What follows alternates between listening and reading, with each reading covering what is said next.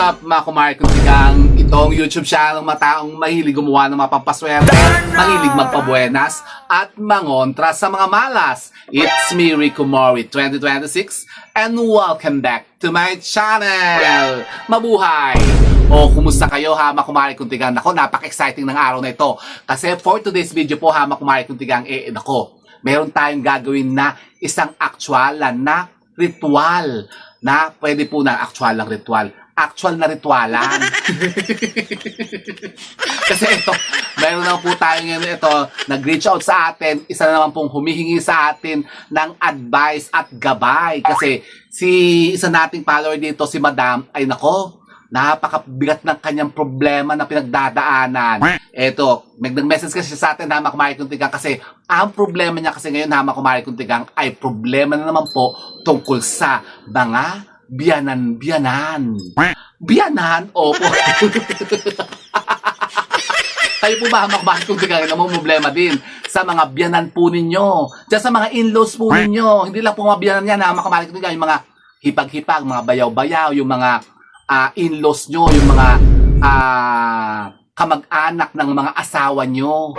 Nako, bakit? Kasi itong si Madam na Kumari Kuntigang na nag-reach out sa atin nga ito, parang siya daw po ito, may problema siya kasi siya po ay allegedly ay inaapi ng kanyang biyanan. At namumblema po nga siya kung anong gagawin niya na pangontra at pampaamo dito.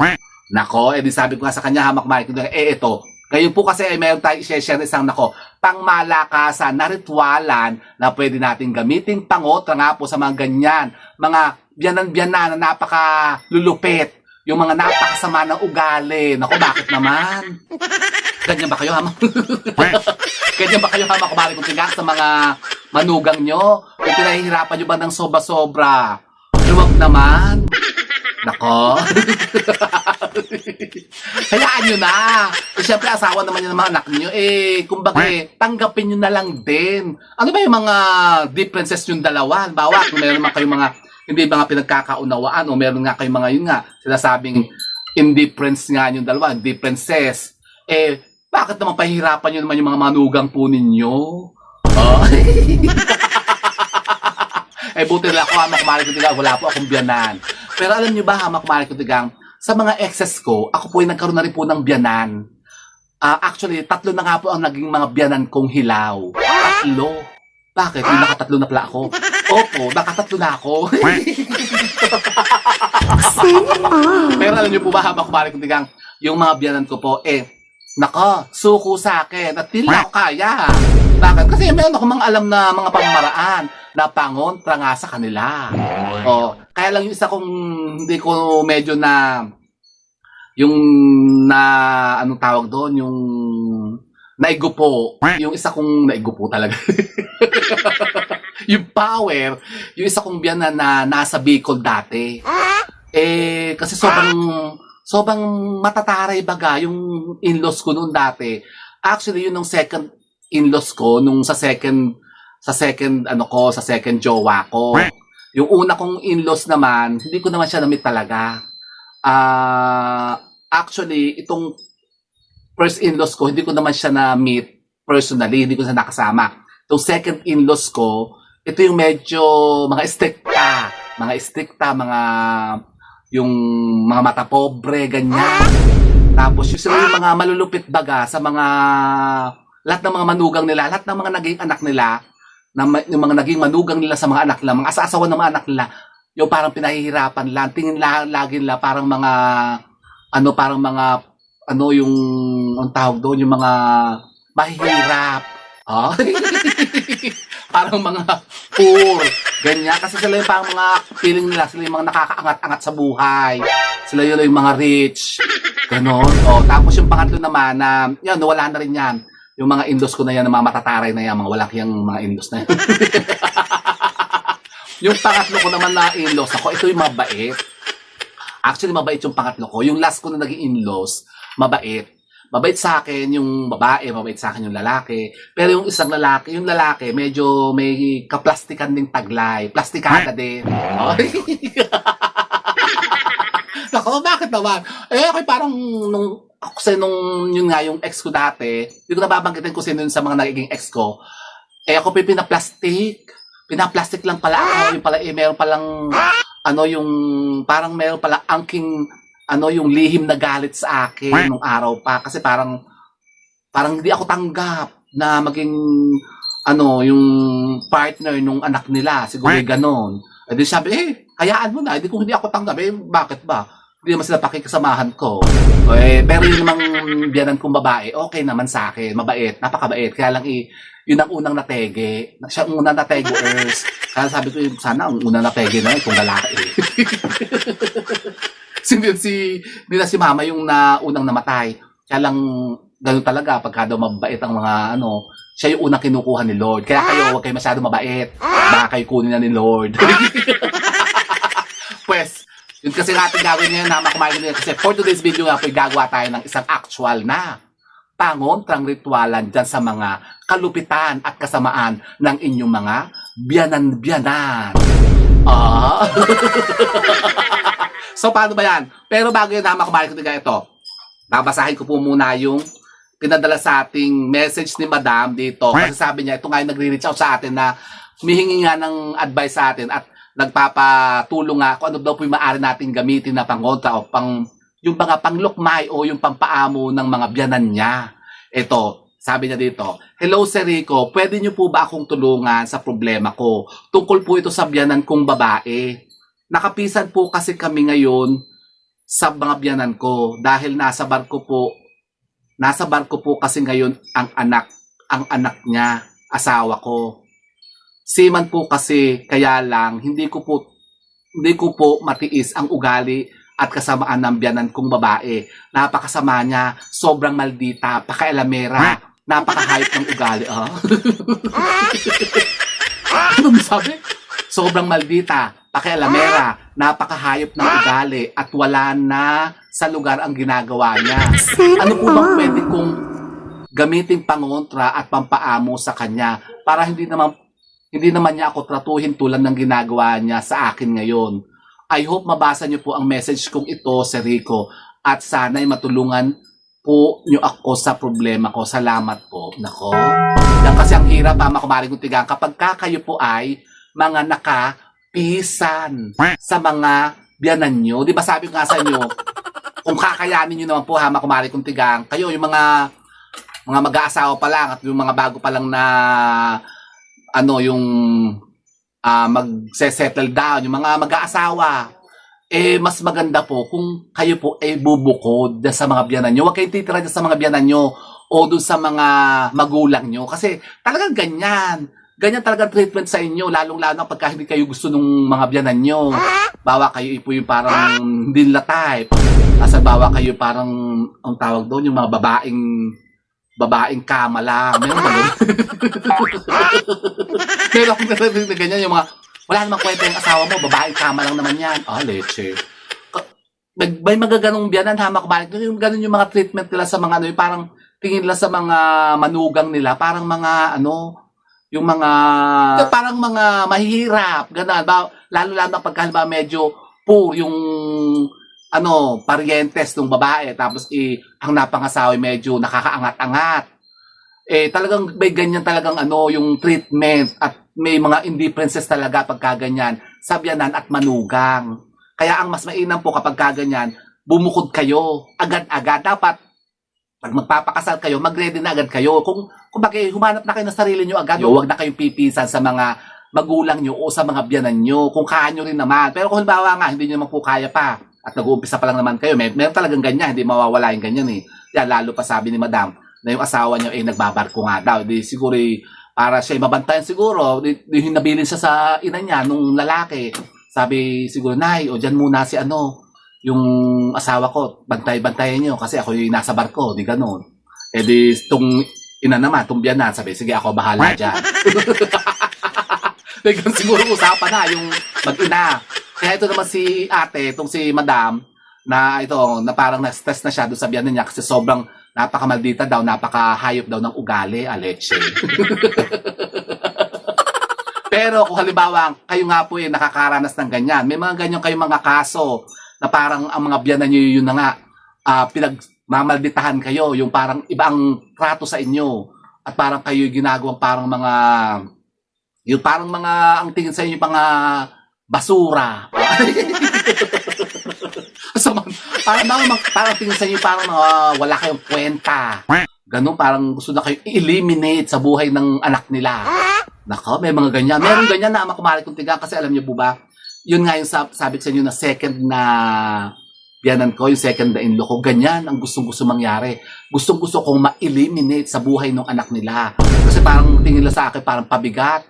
Eh ako hindi man ako ganung klase, ano? Hindi man ako katulad ng mga sinasabing asawang kamalaang. Nako, ako naman may sariling pera rin naman, hama kumari kong tiga, tsaka hindi mo ako basta-basta yung may menos-menos. Tigilan niyo ako. Opo, haba kumari kong tiga, meron ganun. So, eto.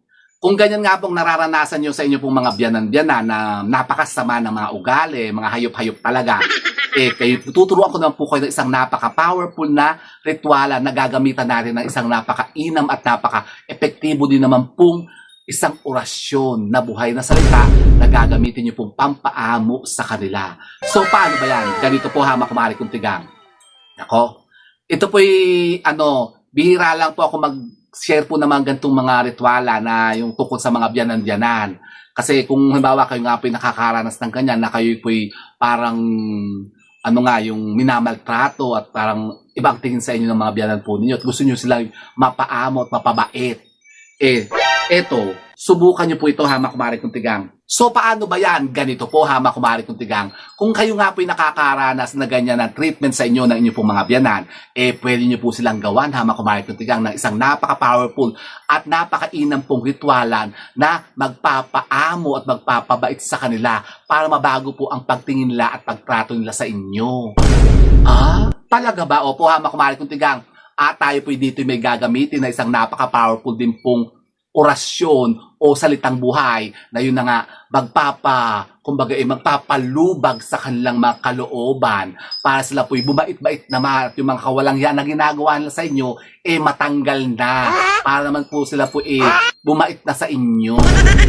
Talaga ba? Opo, hama kumari kong tigang. So, dito po sa ating particular na ritual na gagawin ito, meron po tayong mga kakailanganing mga kasangkapan. At ito lang po yung madaling-madali nyo lamang pong mahanap at makukuha dyan sa inyo pong mga tahanan. Kasi ito naman po yung mga readily available po dyan sa mga bahay po ninyo. So ano-ano bang makasangkapan na gagamitin natin dito? Tayo po, hama kumari kong tigang, maghahanda lamang po ng isang bote o garapon. Babasagin po, hama kumari kong tigang, na may takip. So ito po yun. Kasi dito natin gagawin ang ating ritualan. Pangalawa po, hama kumari kong tigang, tayo po maghahanda rin po dito ng ating napaka-powerful na pangontra sa mga ganyang mga negativities na pag-ugali ng tao para yung mga kasamaan ng mga tao na nasa paligid po ninyo makontra natin. Ano yan? Ang ating pong asin.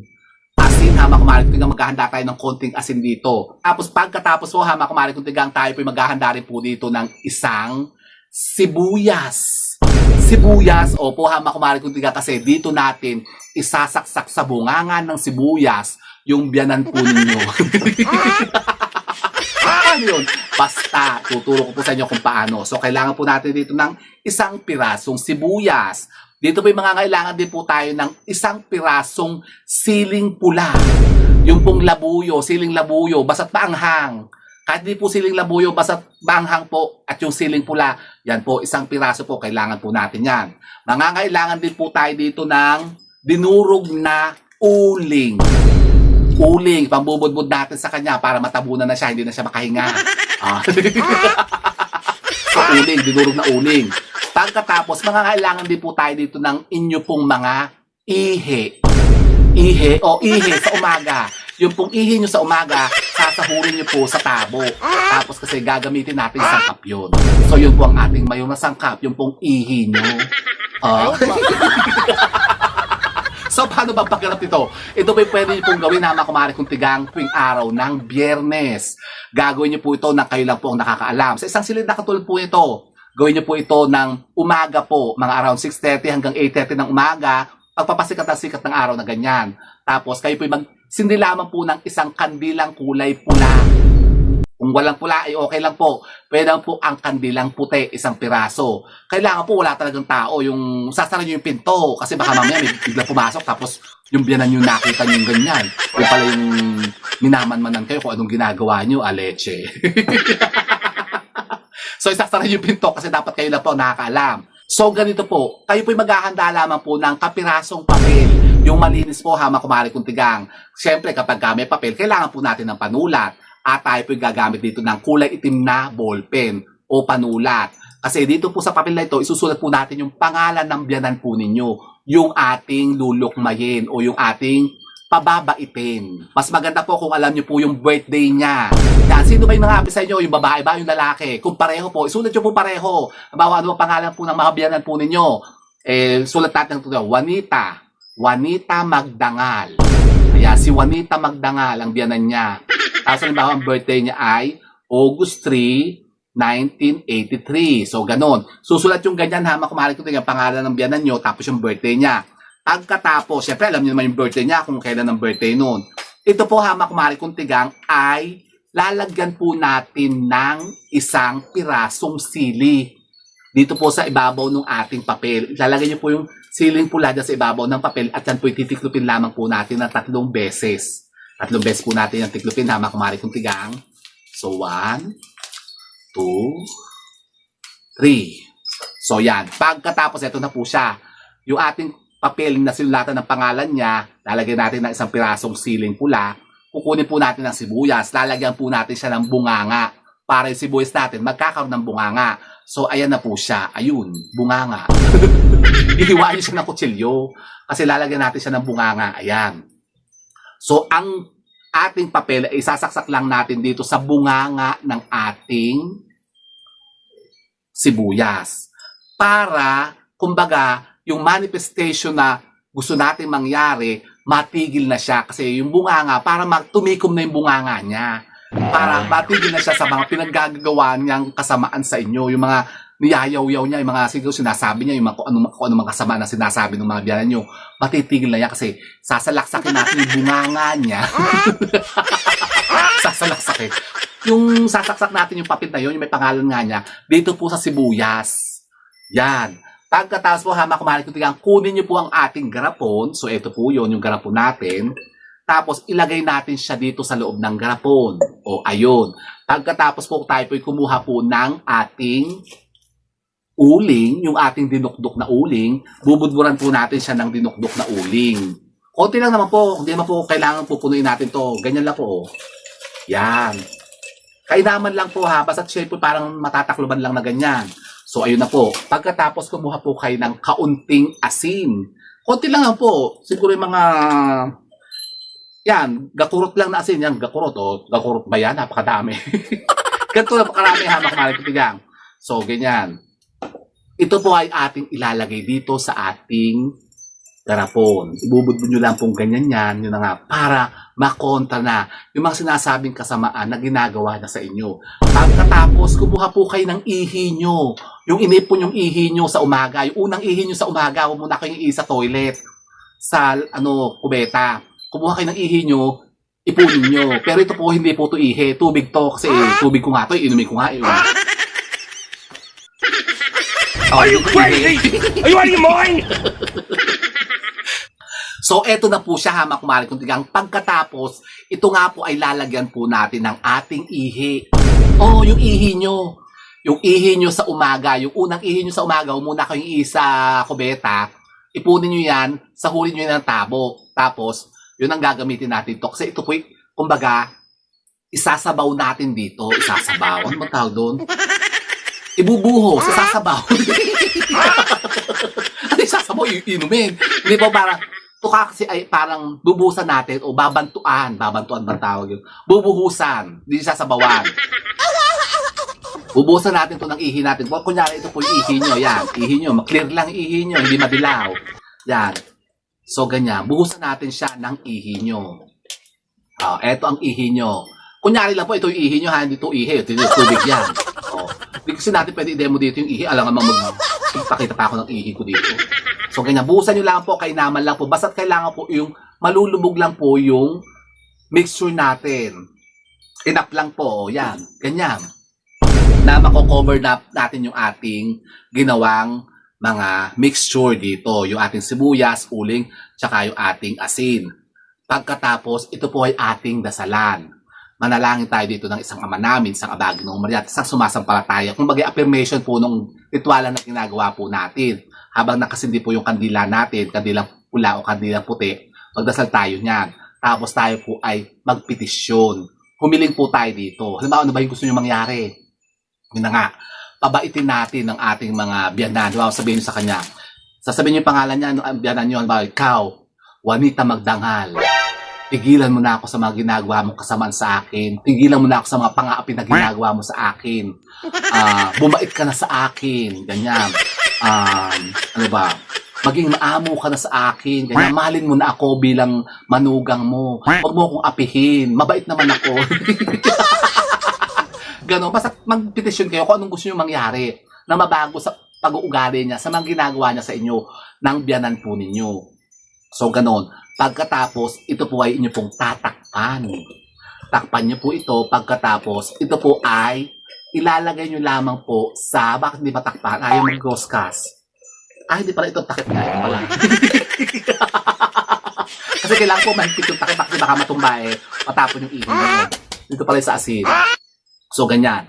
Tatakpan natin siya na mahigpit. Pagkatapos, anong gagawin natin dito? Ito po ay ilalagay lamang po natin sa isang mataas na lugar na medyo hindi niya makikita o hindi niya mabubungkal. Yan. Pwede niyo po itong lagay sa ibabaw po ng mga aparador po ninyo o sa ibabaw po ng kisame po ninyo o sa mga cupboard, ganyan. Sa mga bodega. Yung sa mga hindi makikita ng biyanan nyo. Halimbawa, yung mga yung halimbawa, doon sa gano'n, sa sulok na gano'n, medyo madilim doon. Ilagay nyo lang to doon sa taas ng ano nyo, ng cabinet nyo o ng aparador po ninyo. Hanggang kailan? Sa loob po ng 7 araw. 7 araw po natin siyang dadasalan. So ganun lang po ha, mga kumare kong tigang. Ito po itatago po natin sa isang sulok na madilim na lugar. Sa isang mataas na lugar po ha, mga kumare kong tigang, na hindi po makikita at hindi mabubungkal ng mga biyanan po ninyo. Ako, kailangan po hindi lang ito makikita ha, mga kumare kong tigang. Kasi syempre, sabi nung biyanan, ano ba yan?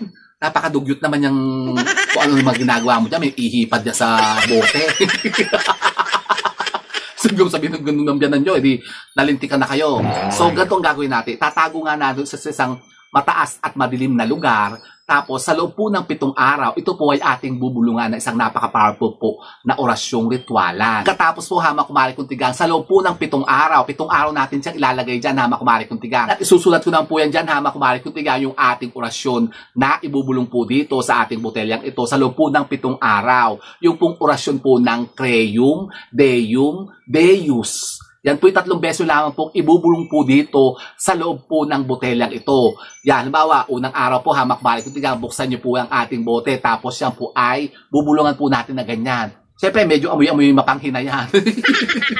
Ito po kakalog-kalugo nyo lamang po pagkatapos po nating maibulong yung ating orasyon na Creum, Deum, Deus. 3 beses po natin ulit-ulitin yan, hamak-balik ko tigang, habang ito po kinakalog-kalog po natin. Pagkatapos, ibabalik na po ulit natin siya doon sa ating pinagtataguan. Tapos sa susunod na araw, ganun po ang gagawin natin, umaga po. Sa umaga, tuwing umaga po natin siya gagawin para yung po mga biyanan po ninyo, matingar-ngar na. So, ganyan po, hama kumari ko tigang. Pagkatapos po ng 7 araw, sa last day po, hama kumari ko tigang, ito po ay pwede na po nating i-dispose. Ang gagawin po natin dito, yun siya bubuksan, hama kumari ko tigang, ibabaon lamang po natin to sa lupa. Ganun. So ganun lang po ha, mga kumari ko tigang. Pagkatapos po ng 7 araw, anong gagawin natin dito? Ito po ay ating i-dispose na. Paano? Ganito po. Kayo po ay magbumukay lamang po sa likod bahay po ninyo. At ito po ay ilulubog lamang natin sa lupa. Idilibing na natin siya. At makikita nyo, yan po ay magkakaroon na ng manifestation.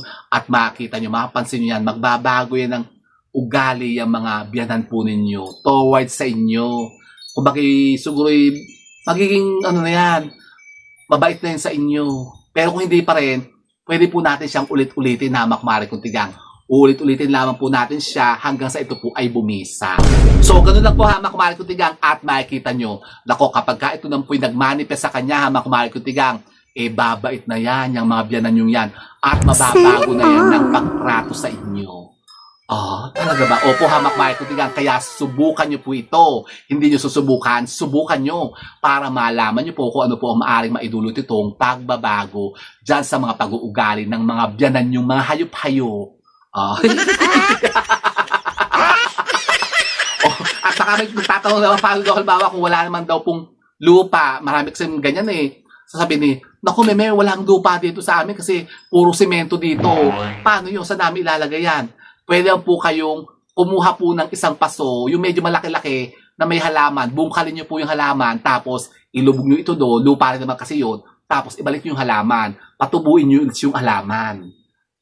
Pero kung halimbawa, wala talaga kayong mga paso, lupa, ganyan, pumunta kayo sa park. Pumunta kayo sa, mas maganda, alam nyo kung saan, sa sementeryo. Sa memorial. Tapos kunyari, dadala kayo sa puntod ng mga kamag-anak nyo. Magbungkal-bungkal kayo, magdala kayo ng pambungkal. Yung pambungkal na pang-garden. Tapos bungkal-bungkal nyo yan, dun nyo sa ilibing. Sa lupa ng sementeryo. Yan ang solusyon, ha, mga kamari. Huwag kayong magreklamo, sasabihin nyo, paano kung walang lupa? Leche, huwag nyo lang gawin. Kung walang lupa, huwag nyo nang gawin, ha. Kung hindi nyo magagawa ng tama, hindi po yung tatalab sa inyo, ha, mga kumari kung tigang. Wala rin po magiging epekto yan. Kasi sabi ko nga sa inyo, kailangan po, kapag susubukan nyo po itong mga gantong mga pamamaraan at gantong mga gawain, dapat po talagang gawin po natin ito ng eksakto. Tama po ang pagganap natin, eksakto po ang mga sangkap na gagamitin po natin dito. Para talagang ito ay mag-manifest talaga at tumalab sa inyo. Ganon. Hindi po pwede pa kutsu-kutsu lang ng mga rituala na ginagawa, ha, makmari kong tigang. Gawin po natin ito ng tama at makikita nyo kapag talaga ito po'y umepek na, gumana ang ritualang ito, nako talagang yan po'y magmamanifest, makikita nyo talaga yung epekto niya. Positive ito, ha, makmari kong tigang. Subukan nyo. So ito, ha, mga kumari kong tigang, sana po'y may napod na mga bagong idea at kaalaman sa pagkontra naman sa mga sinasabing mga kamalasan na yan. And with that, mga kumari kong tigang, keep safe and cowards. Thank you for watching and don't forget to subscribe to the channel. I know you like it. Bye, mga kumari kong tigang.